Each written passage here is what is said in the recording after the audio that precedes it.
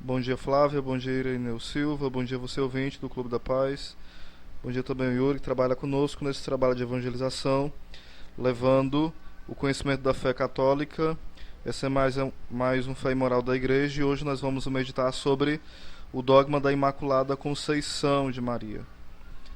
Para entendermos o que é Imaculada, quer dizer sem mancha, sem pecado, sem culpa alguma, porque nós aprendemos desde o catecismo que Adão e Eva eles pecaram, e ao trazer o pecado para eles, trouxe para todo o gênero humano. Santo Afonso vai falar o seguinte: é incalculável foi a ruína que o maldito pecado causou a Adão e a todo o gênero humano. Ou seja, quando Adão peca, nós herdamos também esse pecado. Não é que nós pecamos com ele quando nascemos, mas é porque nós herdamos, infelizmente, essa herança maldita, como fala Santo Afonso. E São Paulo vai falar que todos pecaram e foram privados da glória de Deus. Mas entendamos que na Bíblia nós temos que entender o contexto. Nem sempre todos vai ser realmente todos, porque Deus pode intervir na história. Isso não quer dizer que a Bíblia é mentira. Por exemplo, Gênesis fala que Deus se arrependeu de ter criado o homem pela questão do pecado. Lá em Samuel fala que Deus não é homem para que minta e se arrependa. Peraí, está se contradizendo? Não. Temos que olhar o contexto. A Bíblia também fala que não pode provir o mal de Deus. Outra hora já fala que Deus enviou um espírito mau sobre Saul, que em Isaías fala que de Deus vem o bem e o mal. Então, nós temos que olhar o contexto, porque se a gente não olhar o contexto, parece que a Bíblia está se contradizendo direto, todas as horas. E não é dessa forma que nós podemos ler a Bíblia, mas de uma forma tranquila, calma, como ela foi sendo compreendida ao longo dos 2000 anos. Em relação a esse dogma,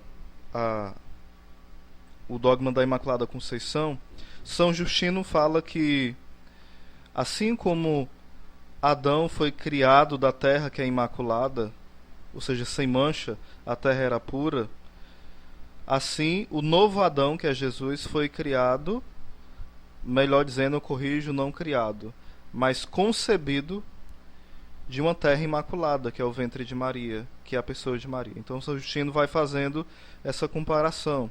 São Justino, que é um dos primeiros pais da igreja, não o primeiro, mas um dos primeiros. Ele que foi um dos primeiros também a trazer a filosofia grega também para o cristianismo e interpretá-la de uma forma cristã. Ele fala: da mesma forma que Adão foi criado de uma terra virgem e de uma terra imaculada, Jesus, o novo Adão, nasceu de uma terra virgem e de uma terra imaculada, que é Maria Santíssima. Também nós podemos perceber que Santo Afonso vai dando muitos motivos por que Maria deveria nascer sem pecado. Ela é a filha predileta do Pai Eterno. Declara ela própria com as palavras do Eclesiástico, ou seja, ele colocando as palavras do Eclesiástico na boca de Maria. O que vai falar em Eclesiástico 24:5? Fala o seguinte: Eclesiástico 24, versículo 5. Eu saí da boca do Altíssimo, a primogênita antes de todas as criaturas.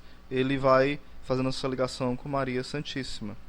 Os sagrados intérpretes e os santos padres aplicam-lhe esse texto, e a própria igreja dela se serve na festa da Imaculada Conceição.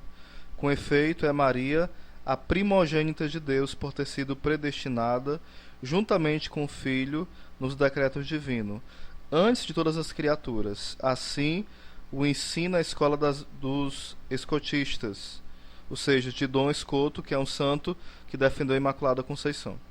Ou então é a primogênita, depois da previsão do pecado, como que é a escola dos tomistas, ou seja, daqueles que seguem São Tomás de Aquino. Provérbios 8:22 vai falar o seguinte também: tal se deu em realidade conforme as palavras da Virgem: o Senhor me possuiu no princípio de seus caminhos. Provérbios 8:22, referindo-se também a Maria. Isso é Antigo Testamento, já se referindo a Maria. O Senhor me possuiu no princípio de seus caminhos. Não foi o demônio que possuiu, mas o Senhor que possuiu no princípio de seus caminhos, ou seja, a preservou do pecado. Nós podemos também ver Gênesis 3,15, onde vai falando que o Senhor fala, é uma promessa de salvação. Os santos padres chamam de proto-evangelho. Proto quer dizer primeiro, primeiro evangelho, no sentido de dizer que é uma promessa de salvação. Porém, inimizade entre ti e a mulher, entre a tua descendência e a dela, e esta te esmagará a cabeça e tu lhe ferirás o calcanhar. Os santos padres interpretaram durante muito tempo, e até hoje a igreja interpreta, essa palavra como Jesus, que é o filho de Maria, que esmaga a cabeça da serpente. Mas Maria está tão unida a Jesus que a igreja foi entendendo que é Maria com Cristo, Maria em Cristo que esmaga a cabeça da serpente. E como Maria poderia ter esmagado a cabeça do demônio se ela tivesse nascido com pecado, se ela tivesse sido concebida com pecado? Então, Deus a preservou do pecado. Imagina que você vai construir uma casa. O que você faria? Você construiria uma casa e depois colocaria o inimigo dentro? Claro que não. Eu creio que não, né? Ninguém é louco o suficiente para fazer isso. Fazer uma casa, depois colocar o inimigo dentro, para morar dentro da casa. Dessa forma é o que acontece. Maria é a casa de Deus. É a nova Arca da Aliança. E essa Arca da Aliança é onde mora o Santo dos Santos, que é Jesus. Então nessa Arca da Aliança não podia e nem pode haver pecado. E assim como diante da Arca da Aliança os inimigos fugiam, diante da nova Arca da Aliança, que é Maria, o demônio e todos os demônios, Satanás e seus demônios, fogem com medo dela. Porque ela é a Imaculada, a sem mancha, como fala Cântico dos Cânticos, se referindo a Maria. Eis, uma só é minha perfeita. Vai falando de pomba perfeita. Se referindo também a Maria, lá no livro do Cânticos, capítulo 5. Uma só é minha amada. Uma só é minha pomba perfeita, sem mancha, depende da tradução. Cântico 5, referindo-se a Maria. Osés, como é que se refere a Maria? Vou explicar rapidinho isso aqui para você. Existe na Bíblia algo chamado textos que prefiguram algo, ou seja, apontam para algo, ou então tipológicos. Exemplo, para você entender. A rocha que Moisés bate representa Jesus, que vai ser a rocha. O maná que cai do céu representa Jesus, que é o pão da vida. O maná, a qual todos que comem não vai mais ter fome. Aqui, a carne que é dada ao povo de Deus, nós podemos entender Jesus, que vai dar também a sua carne como sinal de vida nesse caminho de deserto que nós caminhamos rumo ao céu. Nós podemos também entender quando o mar vermelho se abre e as pessoas passavam a pé enxuto, simboliza também as águas do batismo. Então, tudo no Antigo Testamento se referem a Jesus, a igreja e a Maria. Muitas passagens a gente pode interpretar se referindo a Jesus, a Maria, a igreja, e algumas a ação do demônio. A serpente simboliza o demônio. Nem sempre, às vezes, no caso, né?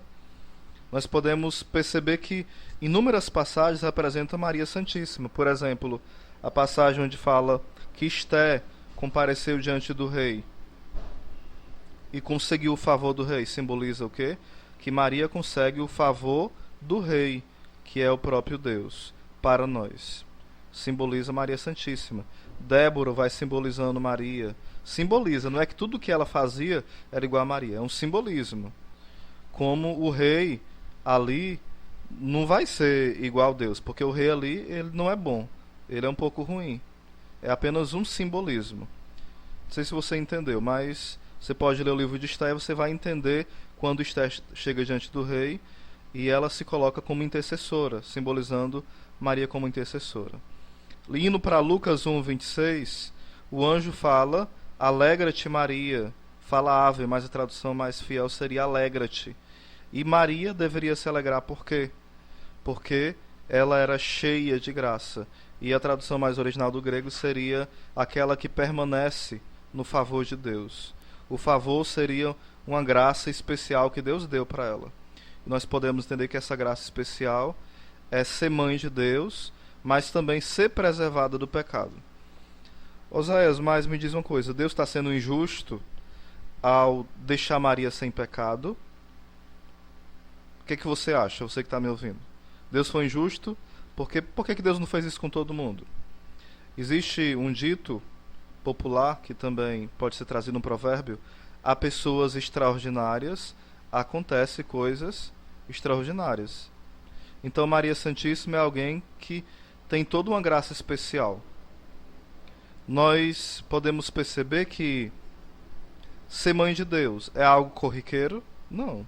Então isso já é uma graça especial. Deus não foi injusto, é apenas uma missão especial para Maria, especialíssima, que ninguém teve, né? Então nós podemos perceber, alguém gerar um filho, permanecer virgem, é algo normal? Não, Maria é a única. Então tem coisas em Maria que nenhum outro santo tem, e nenhum outro profeta, nem um outro ser humano deste mundo. Só em Maria. Maria é mãe de Deus, nenhum santo é. Maria é virgem, nenhum santo é virgem e mãe ao mesmo tempo. Nós podemos ver que Maria foi assunta ao céu de corpo e alma. Nenhum santo está no céu de corpo e alma. Nenhum.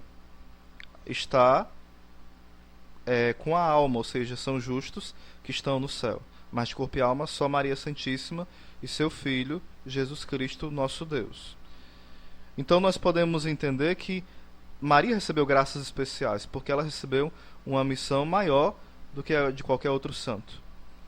Então nós podemos entender dessa forma. Imagina a situação. Duas formas de alguém ser salvo. Imagina que você está no caminho e o carro bate em você. E alguém muito heroicamente vai, socorre você, liga pro SOS, liga pro SAMU e te socorre. Essa pessoa te salvou? Sim. Mas depois que você foi acidentado, porque ela não pôde salvar antes. Mas imagina que alguém vê o carro vindo acelerado para pegar você. E aquela pessoa se joga e te livra. E você fica sem nenhum arranhão. Ela te salvou também? Sim. Então Maria foi salva por Jesus? Sim. Mas ela foi preservada do pecado. Imagine também essa cena. Você está indo para um local muito perigoso. E alguém, depois que você foi pego no caminho pelo sequestrador, vem um policial muito ágil e acaba negociando e salva você dos sequestradores. Essa pessoa te salvou? Claro que sim. Mas imagina que alguém percebe que o sequestrador quer te pegar. E ela avisa: ei, tem um sequestrador ali.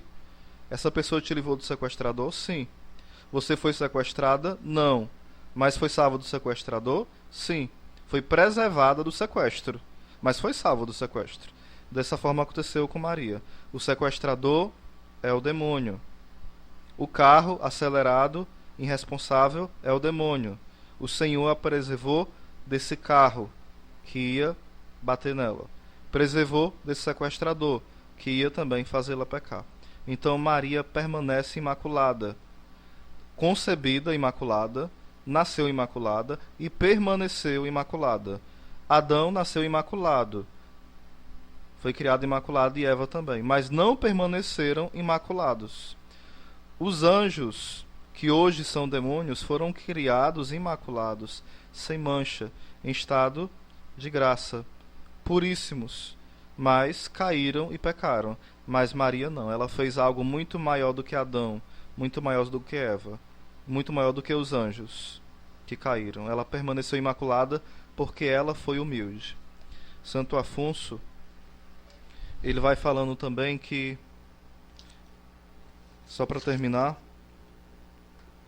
a eleição da Virgem Maria, antes de toda criatura, foi destinada na mente de Deus, para que ela fosse, de forma perfeita, a mãe de Deus. E Santo Afonso compara Maria com a Arca de Noé. A Arca de Noé salvou as pessoas de morrerem afogadas pelo dilúvio. E Santo Afonso compara o dilúvio ao pecado. Só que ele fala que existe uma diferença. Com a Arca de Noé se salvaram alguns. mas através de Maria, que é a nova Arca de Noé, se salvam todos que querem aceitar Jesus como Senhor.